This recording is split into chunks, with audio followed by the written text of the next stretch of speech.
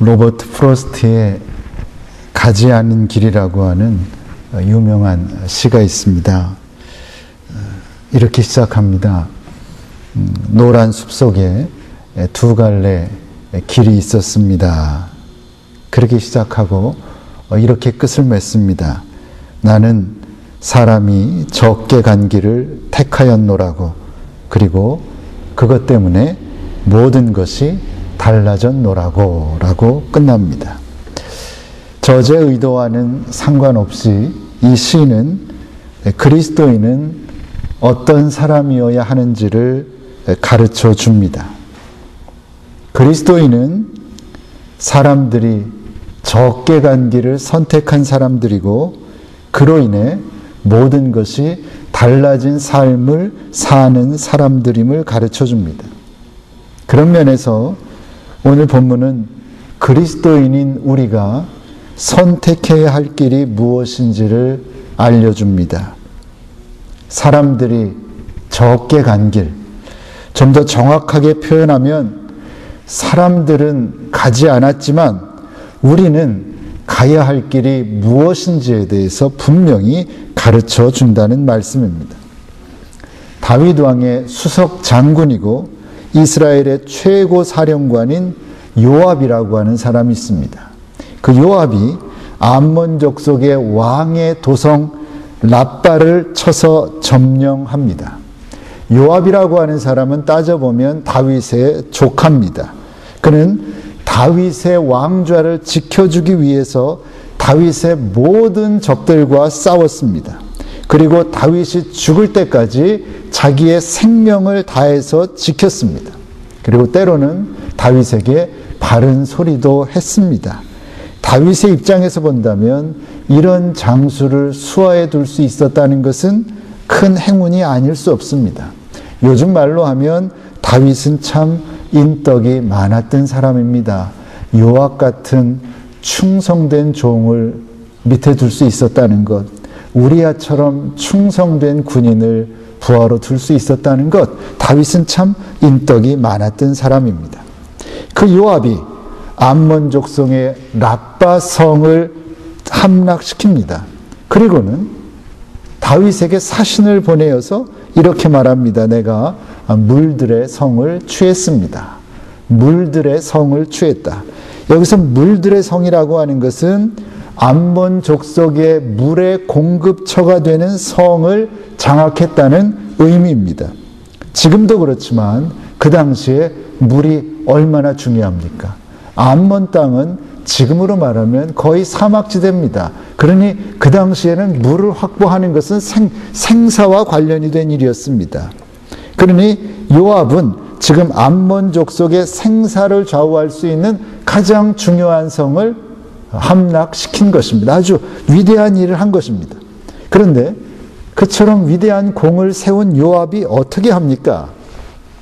그게 문제입니다. 28절 보면 요압이 왕에게 사신을 보내서 이렇게 말합니다. 이제 왕은 남은 군사를 모아 진치고 이 성을 쳐서 취하소서. 내가 이 성을 취하면 이 성이 내 이름으로 일컬음을 받을까 두려워하나이다. 그렇게 말을 합니다. 자, 랍바 성을 점령한 사람은 누굽니까? 요압입니다. 이스라엘 최고의 장수입니다. 그런데 전쟁에서 마지막 단계는 뭡니까? 다 전쟁에서 영화 같은 데 보면 어떻습니까? 전쟁에서 다 죽이고 다 끝장내고 마지막에는 멋있게 들어가는 거 아닙니까? 마지막에 입성하는 게 중요합니다. 그런데 그 마지막 단계인 입성하는 단계에서는 전쟁터에 오지도 않았던 누가 입성하게 합니까? 다윗 왕을 입성하게 했다라는 겁니다. 목숨을 걸고 싸워서 전쟁을 승리로 이끈 사람은 요압 자신인데 정작 모든 영광은 누가 받게 해준 겁니까? 다윗에게 돌린 겁니다. 힘든 일이죠. 죽도록 싸우고 내 사랑한 부하들이 많이 죽어서 결국 전쟁에 이겼는데 마지막 영광은 누가? 다윗이. 자기는 아예 사라져버리는 겁니다. 사실 요압은 지금까지 한 일만 가지고 봐도 그 정도의 영광 정도는 받아도 되는 사람입니다. 그런데 요압은 끝까지 다윗의 그늘에 있는 것을 마다하지 않습니다. 조금이라도 영광받는 자리에는 나서지 않았다라는 것을 가르쳐 줍니다. 근데 다윗은 어떻게 합니까? 요압이 이제 오셔서 폼 잡고 들어오십시오. 그렇게 편지를 보낸 거 아닙니까? 다윗은 어떻게 합니까? 29절에 보면 다윗이 모든 군사를 모아 라빠로 가서 쳐서 취하고 그랬습니다. 다윗이 싫다고 안 했습니다. 요압아, 네가 고생했는데 이번에 네가 들어가라 이래주지 않았습니다. 인간이 그렇습니다. 요압이 점령한 도성을 다윗은 남은 군사들과 백성의 장로들이 이끌고 가서 공식적으로 점령합니다. 그렇게 함으로 암몬의 라빠성을 점령한 사람은 누가 됩니까? 다윗이 됩니다. 그 전쟁의 모든 공적 역시 다윗의 이름으로 역사에 기록되고 전해지게 됩니다. 어떻게 보면 다윗은 요압이 받을 영광을 가로챈 사람이 되는 것입니다.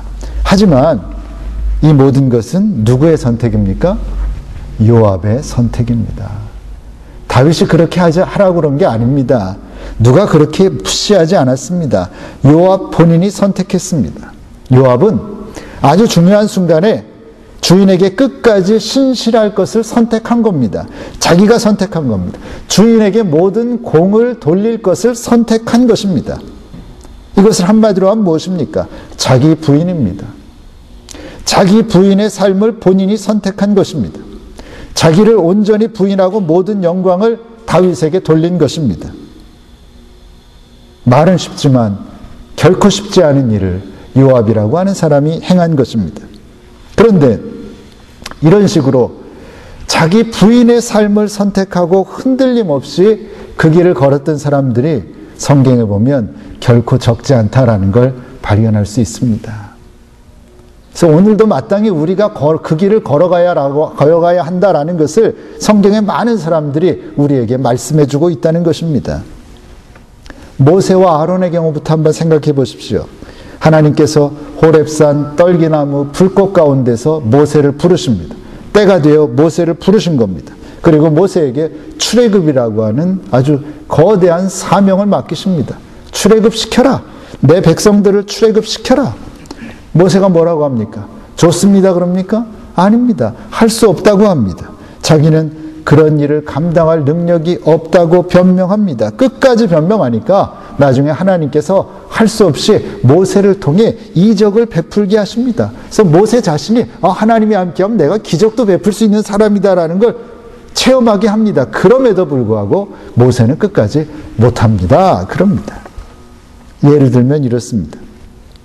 모세가 여호와께 고하되 주여 나는 본래 말에 능치 못한 자라 주께서 주의 종에게 명하신 후에도 그러하니 나는 입이 뻣뻣하고 혀가 둔한 자이니이다.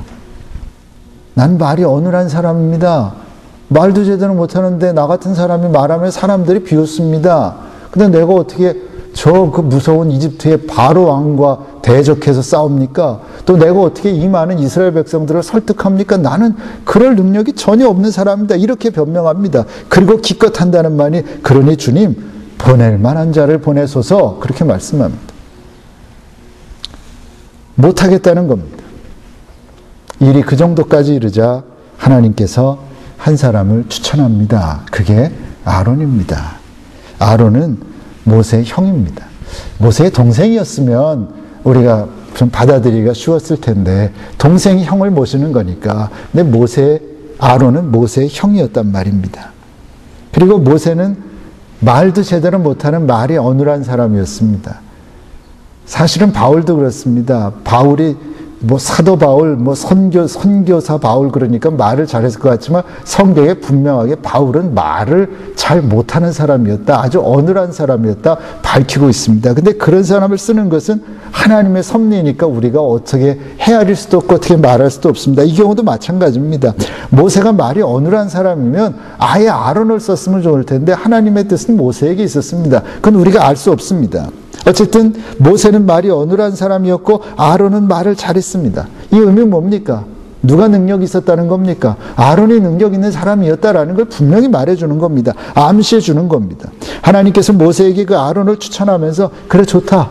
알았다. 중요한 일, 중요한 말할 때는 아론이 다 알아서 할 테니까 너는 그냥 네가 할 말이 있으면 먼저 아론에게 이야기해라. 그럼 아론이 다 할 것이다. 그렇게 말씀을 하십니다. 여러 정황상 능력 있는 사람은 누굽니까? 아론입니다. 사람들에게 인정받고 있는 사람은 누굽니까? 아론입니다. 근데 하나님께서는 모세를 지도자로 세우시고 그를 통해 당신의 섭리를 이루어 가실 것을 통보하신 겁니다. 인간적인 입장에서 보면, 아론의 입장에서 보면 어떻습니까? 기쁘겠습니까? 아니지요. 불만스러운 일이 아닐 수가 없습니다. 불만스럽습니다. 힘든 일은 자기가 해야 됩니다. 그죠? 이집트 왕에 가서 어쩌고 저쩌고 하나님의 뜻이다 하다가 잘못해서 칼 맞으면 바로 죽는 겁니다. 그거 누가 합니까? 아론이 해야 됩니다. 앞장서서 해야 됩니다. 그리고 잘 되면 영광은 누가 받습니까? 모세가 받는 겁니다. 앞길이 훤히 보입니다. 아론은 어떻게 합니까? 끝까지 상대적으로 자기보다 못한 동생 모세를 끝까지 보필합니다. 성경에 있는 대로 하나님같이 섬깁니다. 잘 생각하고 들으십시오. 자기보다 못난 동생인데 하나님의 뜻으로 받들여서 그 동생을 끝까지 하나님처럼 섬깁니다. 무엇입니까? 이게 자기 부인입니다. 자기를 부인한 겁니다. 본문의 요압의 경우와 다를 바가 없습니다. 이미 나는 없는 겁니다. 내 자존심, 내 능력, 내가 형인데 이런 마음 없는 겁니다. 아론만 그렇습니까? 신약의 바나바와 바울의 경우도 분명히 그렇습니다. 누가 큰 인물입니까? 바울입니까? 바나바입니까? 누가 큰 인물이죠? 예? 분명히 맞습니까? 어떻게 알죠? 성경에서 말씀합니다. 성경을 잘 읽어보면 바나바가 바울보다 훨씬 위대한 인물이었다는 걸 곳곳에서 묘사하고 있습니다. 바나바에 비하면 바울은 아주 미미한 존재, 요즘 말로 하면 조적지열도 안 됩니다. 바나바가 아니었으면 사도가 될 수도 없었고요. 바나바가 아니었으면 사도로서 일할 수도 없었고요. 아무것도 할 수 없는 사람이었습니다. 말하자면 요즘으로 말하면 예수님의 직계 사도들에게 완전히 눈밖에 난 사람이었기 때문에 어디서 예수님의 복음을 전할 수 있는 자리조차 그에게는 마련되지 않았습니다. 바울에게는. 근데 그 모든 것을 데리고 다니면서 설득시키고 화해시키고 일할 자리를 만들어준 사람이 누굽니까? 바나바입니다. 그러니까 생명의 은인입니다. 성경이 그 사실을 증명합니다. 제가 없는 말을 하는 게 아니라 성경이 증명합니다. 그 당시 사람들은 사도행전을 잘 보면 다 나옵니다. 근데 당시 사람들은 바나바를 스스라고 불렀습니다. 그리고 바울은 허메라고 불렀습니다. 이 허메라는 말은 말하는 자입니다. 그런데 바나바의 호칭인 스스는 올림푸스산의 주신인 제우스 신을 말합니다. 그 최고입니다. 신이었다. 신 중에도 최고라는 겁니다. 누가? 바나바가. 그래서 바나바를 스스라고 불렀습니다. 바울은 허메입니다.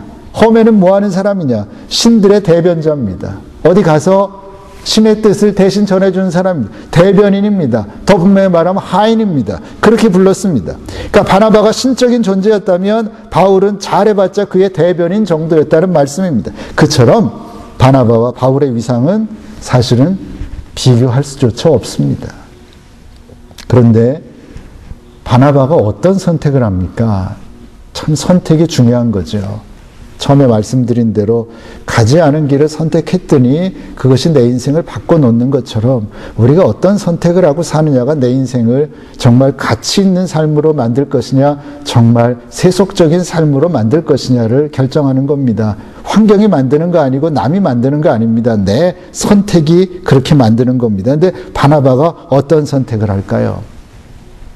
바울의 가능성을 봅니다. 아직은 아무것도 없죠. 그러나 바울의 가능성을 봅니다.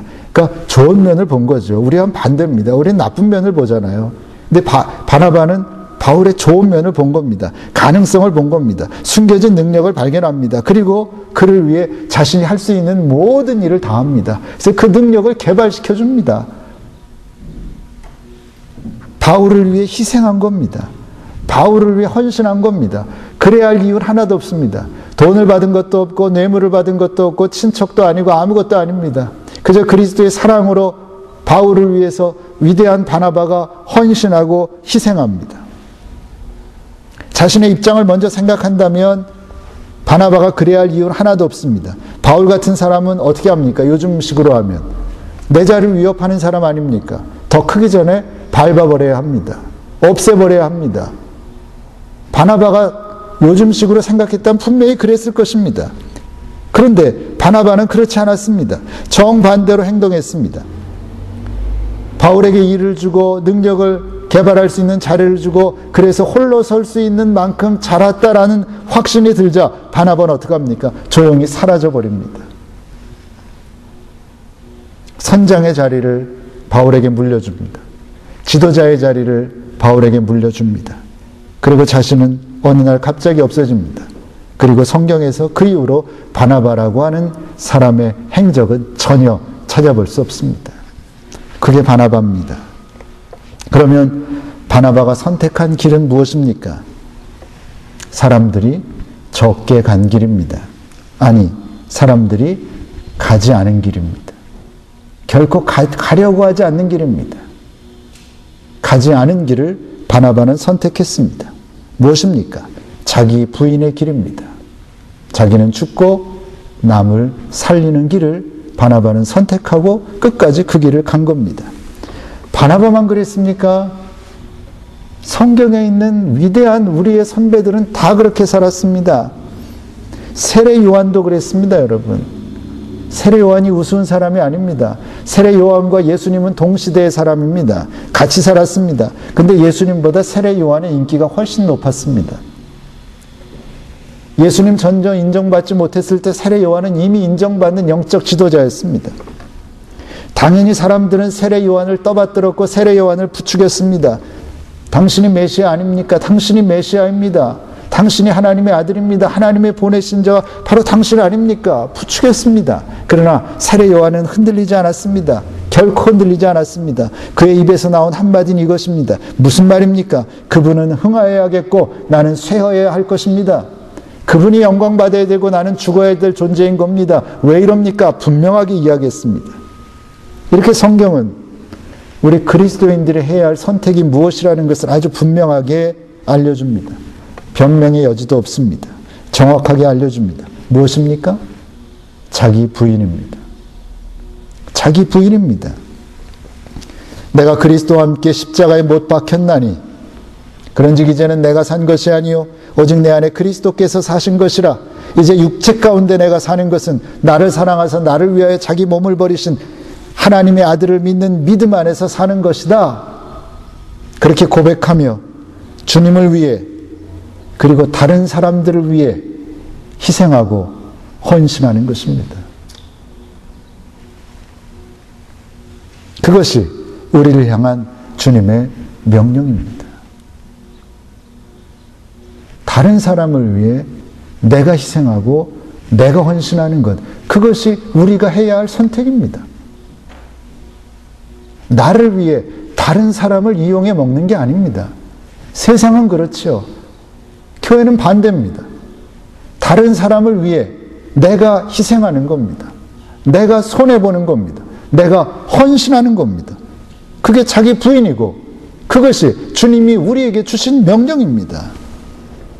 아무든지 나를 따라오려거든 자기를 부인하고 자기 십자가를 지고 나를 쫓을 것이니라 분명히 말씀하셨습니다. 자기를 부인하고 자기 십자가를 지고 나를 쫓아라. 남을 위해 희생하고 남을 위해 손해보고 남을 위해 헌신하는 삶을 살아라. 그 결단이 세워졌으면 그때서야 비로소 나를 쫓을 것이다. 그겁니다. 내가 진실로 진실로 너에게 이르노니 한 알의 밀이 땅에 떨어져 죽지 아니하면 한 알 그대로 있고 죽으면 많은 열매를 맺느니라. 무슨 얘기입니까? 죽어라 그런 얘기입니다. 살려고 하지 말고 높아지려고 하지 말고 영광 받으려 하지 말고 죽어라 그런 얘기입니다. 아니면 그리스도인 아니다. 아니면 제자 아니다. 분명한 말씀입니다.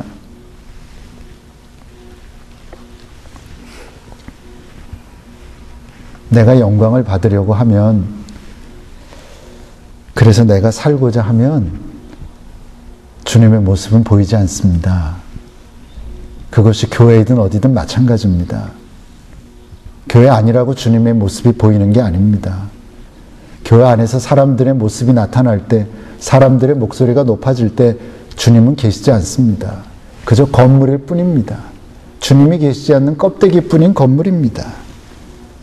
내가 영광을 받고 내가 살고자 할 때 주님의 모습은 보이지 않습니다. 그러나 내가 죽고자 하면, 내가 희생하고자 하면, 내가 남을 위해 헌신하고자 하면 비로소 주님의 모습은 드러나고 주님께서 영광 받으시는 것입니다. 지금까지 살펴본 대로 우리 신앙의 선배들은 그렇게 살았습니다. 자기를 부인하는 삶을 살았습니다. 오늘 우리처럼 살지 않았습니다. 오늘날 그리스도인처럼 살지 않았습니다. 그래서 그들은 존경받았던 겁니다. 영향력 있는 삶을 살았던 것입니다. 진정 자기를 부인하는 삶을 살았고, 썩어진 한 알의 밀알이 되는 삶을 살았고, 주님의 발자취를 따르는 삶을 살았다는 말씀입니다. 이제는 정말 시간이 없습니다. 더 이상 변명할 것도 없고 더 이상 미룰 수도 없는 우리의 차례고 내 차례입니다. 우리도 그렇게 살아야 합니다. 내가 아닌 주님께 영광 돌리는 삶, 내가 아닌 다른 사람을 위해 손해보고 다른 사람을 위해 모욕당하고 다른 사람을 위해 희생하고 다른 사람을 위해 헌신하는 삶을 살아야 합니다. 꼭 살아내시기를 바랍니다. 그래서 주님의 제자답게 주님의 발자취를 따라서 사람들이 잘 가지 않는 길, 남들이 가지 않은 길을 믿음으로 걸어가는 저와 여러분들 되시기를 바랍니다. 기도하겠습니다. 하나님, 주님도 말씀하셨습니다. 좁은 문으로 들어가라. 사람들이 적게 가는 길로 가라는 말씀으로 봤습니다. 가지 않은 길로 가라는 말씀으로 봤습니다. 하나님, 우리에게 깨달음 주시고 우리에게 믿음 주셔서 사람들이 좋다고 우르르 몰려가는 그 길이 아니라, 자기의 유익을 추구하는 그 길이 아니라, 자기 영광 받겠다고 달려가는 그 길이 아니라, 모든 영광은 주님께 돌리고 모든 영광은 다른 이에게 돌리고, 그저 나는 주님이 나를 알아주시는 것만으로 감사하고 만족하고 찬양하는 믿음의 선배들이 갔던 그 길, 주님이 갔던 그 길, 바나바가 갔던 그 길 따라가는 저희들 되게 하여 주시옵소서. 믿음으로 무장하고 끝까지 그 길만을 감당하는 저희들 되게 하여 주시옵소서. 예수님의 이름으로 기도하옵나이다. 아멘.